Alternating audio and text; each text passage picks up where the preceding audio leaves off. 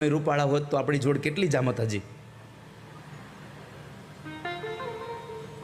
ભગવાને કીધું એ વાત તારી સાચી રાધા, પણ જો હું રૂપાળો હોત તો તારે ખોટ જાત. કેમ? તો કહે છે કે હું રૂપાળો હોત તો તારી સામું જોવત કોણ?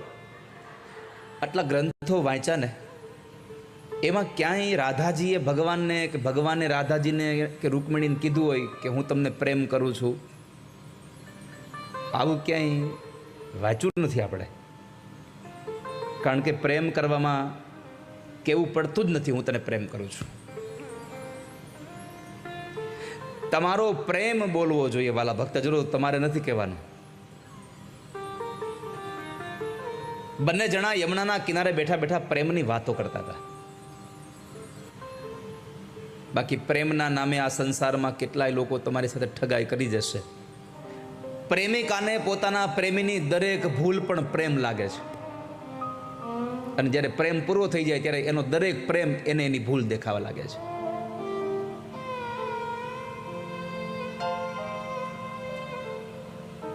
આ તો રાધા અને કૃષ્ણ બેવ જણા પ્રેમની વાતો કરતા હતા, અને એના પ્રેમની વાતો જ આવી જાહેરમાં કરાય. અત્યારના પ્રેમની વાતો જાહેરમાં કરાવી છે જ નહીં.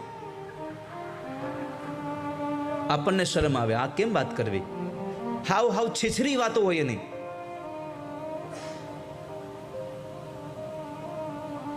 રાધા અને કૃષ્ણ એકબીજાની જે સાથે વાતો કરતા હતા એ વાતો આપણે અહીંયાથી કહીએ તો આનંદ થાય. રાધા અને કૃષ્ણના પ્રેમની વાતો થાય, રૂકમણી અને કૃષ્ણના પ્રેમની વાતો થાય. રૂકમણીએ લખેલો પ્રેમ પત્ર તમે અહીંયા જાહેરમાં વાંચો તો આનંદ આવે. અત્યારના લોકોનો પ્રેમ પત્ર વાંચો, લ્યો ખબર પડે.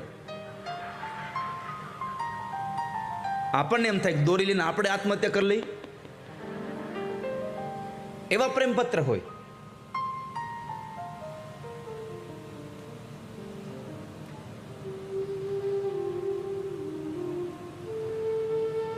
એકબીજામાં પોતાની દુનિયા જોવે ને એ પ્રેમ છે. એકબીજાની આંખોમાં દુનિયા ન જોવાની. હા, નકર બે પ્રેમીઓ, પ્રેમિકા અને પ્રેમી બે જંગલમાં બેઠા હતા, બગીચામાં, અને પ્રેમી એની પ્રેમિકાની આંખોમાં નજર રાખીને બેઠો હતો, અને આમ બધું ભૂલી ગયો અને કહેતો કે સાચું કહું, નામ તો એને ઘણું સારું દીધું હતું, મારે કાંઈ દેવું નથી. કારણ કે આ દકો ને દકી આવ્યું ને ત્યારથી બધું પતી ગયું હાવ. હા, ઘણી પ્રિયતમાઓ પોતાના પ્રિયતમને ગલુડિયું કને બોલાવે. હા, એને બાવલું કઈને બોલાવે. એટલે આપણને સમજાતું જ નથી કાંઈ.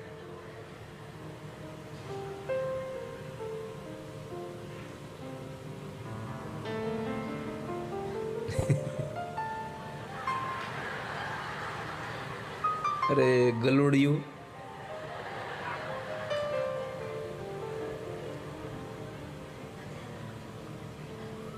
કૂતરીના બચ્ચા હોય એને ગલુડિયા કહેવાય,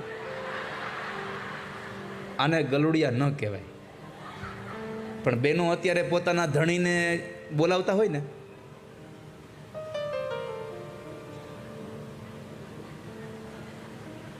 તો આપણને એમ થાય કે એના છોકરાને બોલાવે છે શું છે,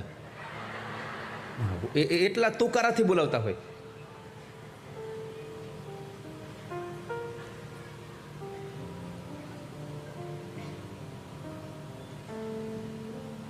પણ ક્યારેય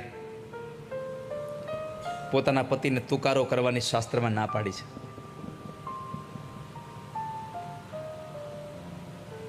તો પ્રિયતમ હતો, પ્રિયતમ એની પ્રિયતમાની આંખોમાં જોતો જોતો એમ કહેતો હતો, નામ તમે લખી લેજો હું બોલ્યો તો.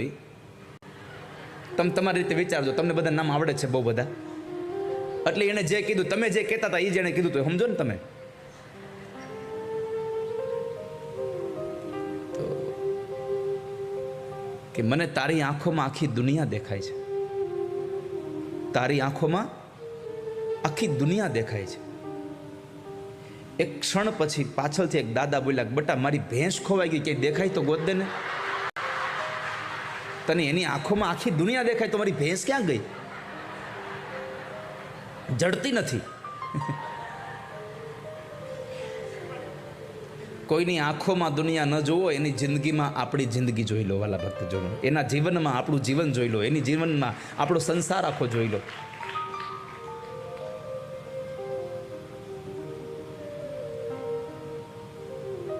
તો બંને જણા પ્રેમની વાતો કરતા હતા. પ્રેમ એટલે સમર્પણનું સાધન છે.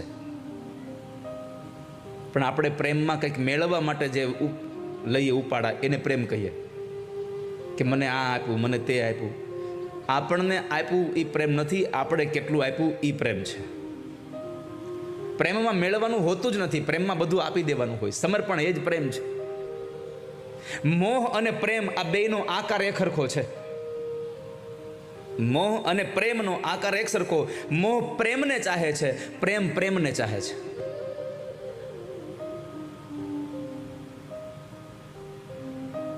તો રાધાજીએ ભગવાનને પૂછ્યું, પ્રભુ બીજું તો બધું ઠીક છે, પણ આ તમે કાળા કેમ થયા? તમારા નંદ બાબા રૂપાળા, તમારી માં જશોદા રૂપાળી, તમારો મોટો ભાઈ દાવ રૂપાળો, અને તમે એક જ કાળા થયા? ભગવાને જવાબ આપ્યા કે હા, હું શ્રાવણ મહિનાની અંધારી આઠમે જન્મો ને એટલે અંધારું મને થઈ ગયું, એટલે એ અંધારામાં હું કાળો થઈ ગયો. કંસનો કાળ બનીને આવ્યો એટલે હું કાળો થયો.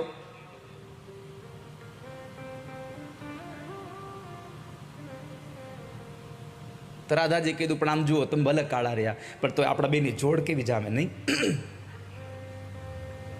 તમે કાળા, હું રૂપાળી, આપણા બેની જોડ એકદમ સરસ જામે છે.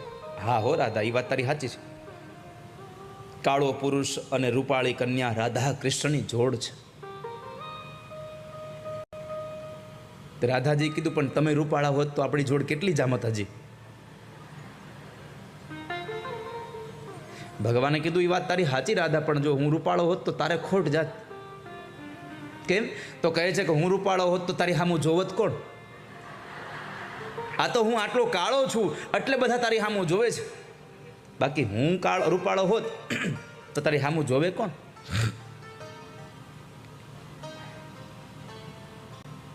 એટલે કાળો પુરુષ અને રૂપાળી કન્યા રાધા કૃષ્ણની જોડ છે. પણ રૂપાળો પુરુષ અને કાળી કન્યા એ તો રોજની માથા કૂડ છે.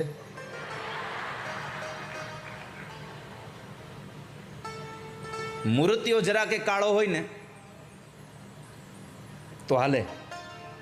કન્યા એમ કે નાના હોય થોડો કાળો છે તો વડીલો તરત કે ભાઈ કાળા તો કૃષ્ણ હતા. હવે પણ એ કૃષ્ણ હતા, આ કૃષ્ણ નથી.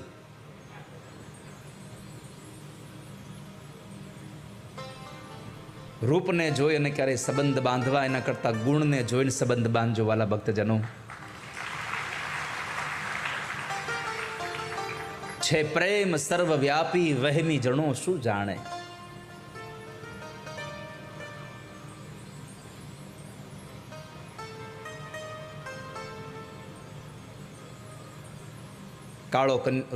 કાળો એવો વરાજો આવે એટલે કે ઓહો કનૈયા કુંવર જેવો છે હો. ભલે ને પછી સીસમની લાકડી જેવો હોય. અમુક જણા સીસમ જેટલા રૂપાળા હોય. એક સાહિત્યકારે એક વખત એક હાસ્ય કલાકારે કીધું તું, મને યાદ છે કે અમુકનો રંગ એટલો કાળો હોય એને ડવથી ન રહો ને તો હાબુન પાછો નવડાવવો પડે.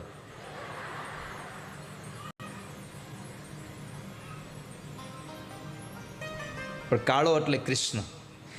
પણ મેં આગળ કદાચ એક વખત આ જ કથામાં તમને કહ્યું કે કનૈયાનો કાળો રંગ બહુ સારો છે. બીજા બધા રંગ પોતાના જેવા બનાવે, પણ કનૈયાના રંગમાં જેટલા લોકો રંગાઈ જાય એ બધા ધોળા થઈ જાય, બધા ઉજળા થઈ જાય છે. મીરાબાઈ રંગાણી ઉજળી થઈ, નરસૈયો રંગાણો ઉજળો થયો, તુકારામ રંગાયા ઉજળા થયા. આ સંસારમાં જે માણસો કનૈયાના રંગમાં ડૂબે છે એ બધા જ રૂપાળા થાય છે.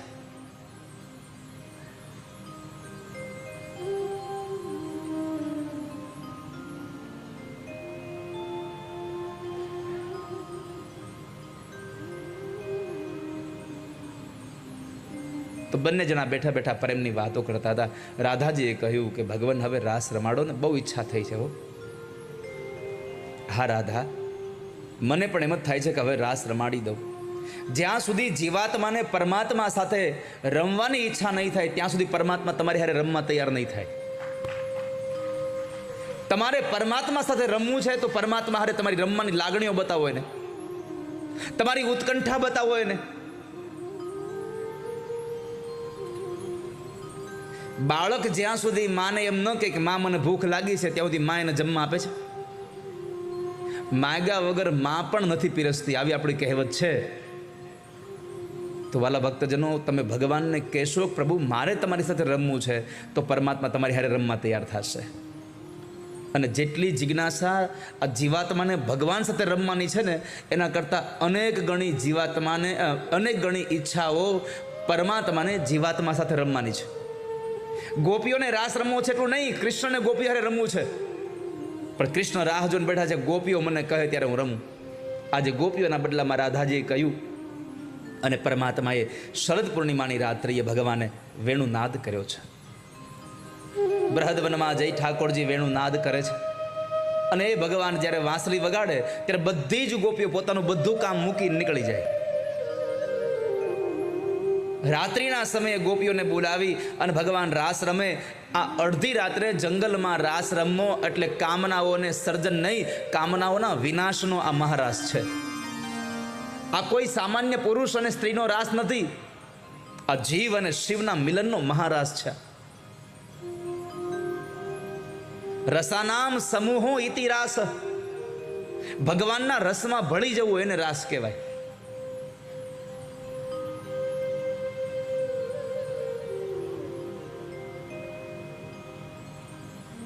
આજે પરમાત્મા વેણુનાદ કરી ગોપીઓને આમંત્રણ આપે છે. ભગવાન પી તારાત્રિ શરદોત્ફુલ્લમલ્લિકા વીક્ષરન્તુમ મનશ્ચક્રે યોગમાયામુપાશ્રિત. વિક્ષરંતુ મનશ્ચક્રે,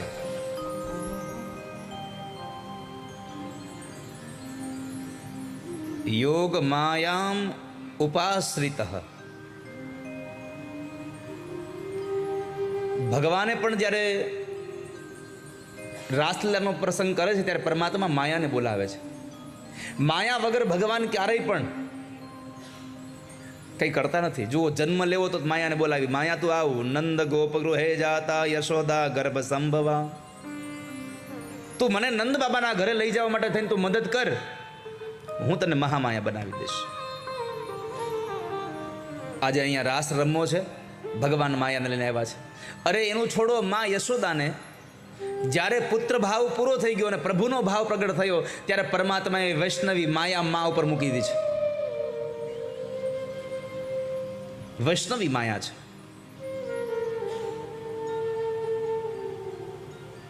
વૈષ્ણવોને જે વળગે એ વૈષ્ણવી માયા છે. તો ભગવાને અહીંયા માયાને લઈ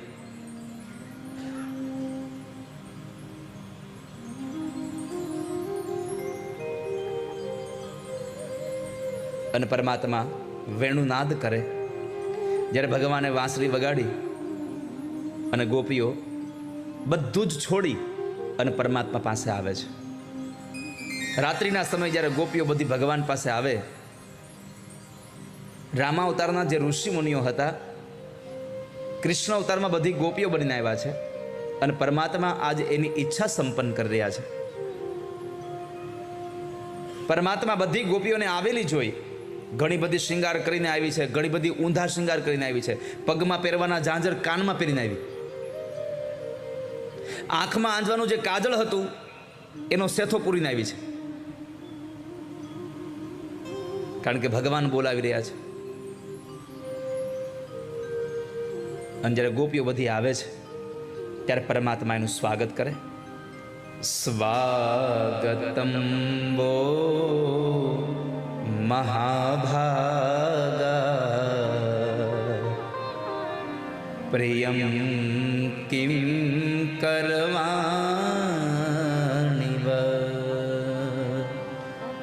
વ્રજસ્યાનામયમ કચ્ચિદ બ્રૂતાગમન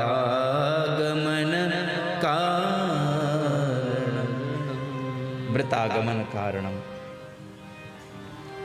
સૌ પહેલા ભગવાને સ્વાગત કર્યું, સ્વાગતમ બહુ મહાભાગા, હે ભાગ્યશાળીઓ તમે આવો, હું તમારું સ્વાગત કરું છું, હું તમારું શું પ્રિય કરું. આટલું બોલ્યા પછી ભગવાને પૂછ્યું તમે આવ્યું શું કામ. હવે તમે વિચારો તો આપણને કોઈ આમંત્રણ આપે અને આપણે એની ઘરે જઈએ ને પછી આપણને પૂછે કે તમે કેમ અત્યારે આવ્યા, તો આપણી દશા શું થાય.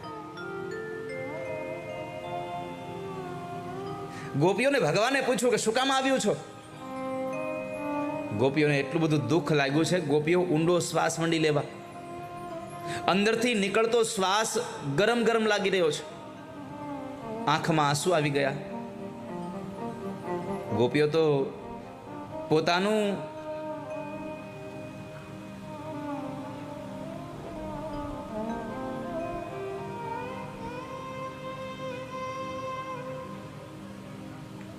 જમણા પગના અંગૂઠાથી ગોપીઓ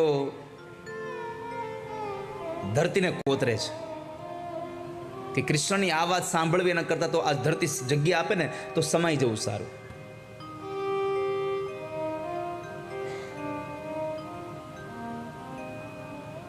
ગોપીઓને બહુ દુઃખ લાગ્યું ને.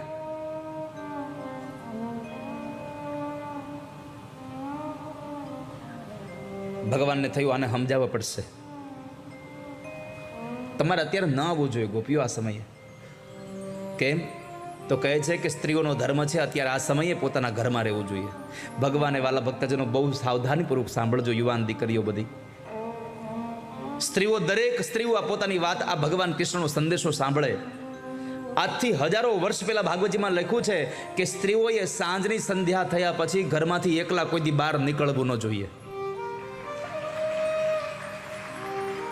સાંજની સંધ્યા પછી ક્યારેય બહાર નીકળવું નહીં. ભાગવતજીમાં લખ્યું છે કે પર સ્ત્રી અને પર પુરુષે એકાંતમાં રહેવું નહીં, ભાઈ અને બેને એકાંતમાં રહેવું નહીં, મા અને દીકરાએ એકાંતમાં રહેવું નહીં, બાપ અને દીકરીએ કોઈ દી એકાંતમાં રહેવું નહીં, કારણ કે કળિયુગ આવી રહ્યો છે. આવું હજારો વર્ષ પહેલા વ્યાસજીએ લખ્યું. ત્યારે જૈમિન ઋષિએ પ્રશ્ન ઉઠાવ્યો હતો, આને તમે લખી અને શું તમે અમારા બ્રહ્મચર્યાશ્રમ ઉપર તમે શંકા કરો છો? પણ ભગવાન વ્યાસે સરસ આપણને લખીને આપ્યું હતું, પણ આપણે કોઈ દિવસ સમજ્યા નહીં. કળિયુગમાં એકાંતમાં બાપ અને દીકરી, ભાઈ અને બેન, મા અને દીકરો, બાપ અને દીકરી આ ક્યારેય રહેવા ન જોઈએ. અને આજ તમે જોઈ રહ્યા છો કે એકાંતમાં રહેલી સ્ત્રી અને એકાંતમાં રહેલા પુરુષ, સગો બાપ પોતાની દીકરી માથે નજર બગાડે છે. આપણે જગ જાહેર આ બધી વાતો છે, આ વર્ષો પહેલા લખાયું છે. એટલે અહીંયા ભગવાન કૃષ્ણએ કહ્યું છે ગોપીઓને સંબોધન કરીને કે સ્ત્રીઓએ સાંજની સંધ્યા પછી ઘરની બહાર નીકળવું ન જોઈએ, અને કદાચ જો નીકળવું જ પડે એમ છે, અતિ આવશ્યક છે નીકળવું, તો જો અપરિણિત હોય તો પોતાના પિતાને અથવા તો પોતાના ભાઈને સાથે લઈને જવું, અને જો પરિણિત હોય તો પોતાના પતિ અથવા તો સાસરિયા પક્ષમાંથી કોઈ પણ પુરુષને સાથે લઈ અને પછી ઘરની બહાર જવું. એકલા કોઈ દિવસ ઘરની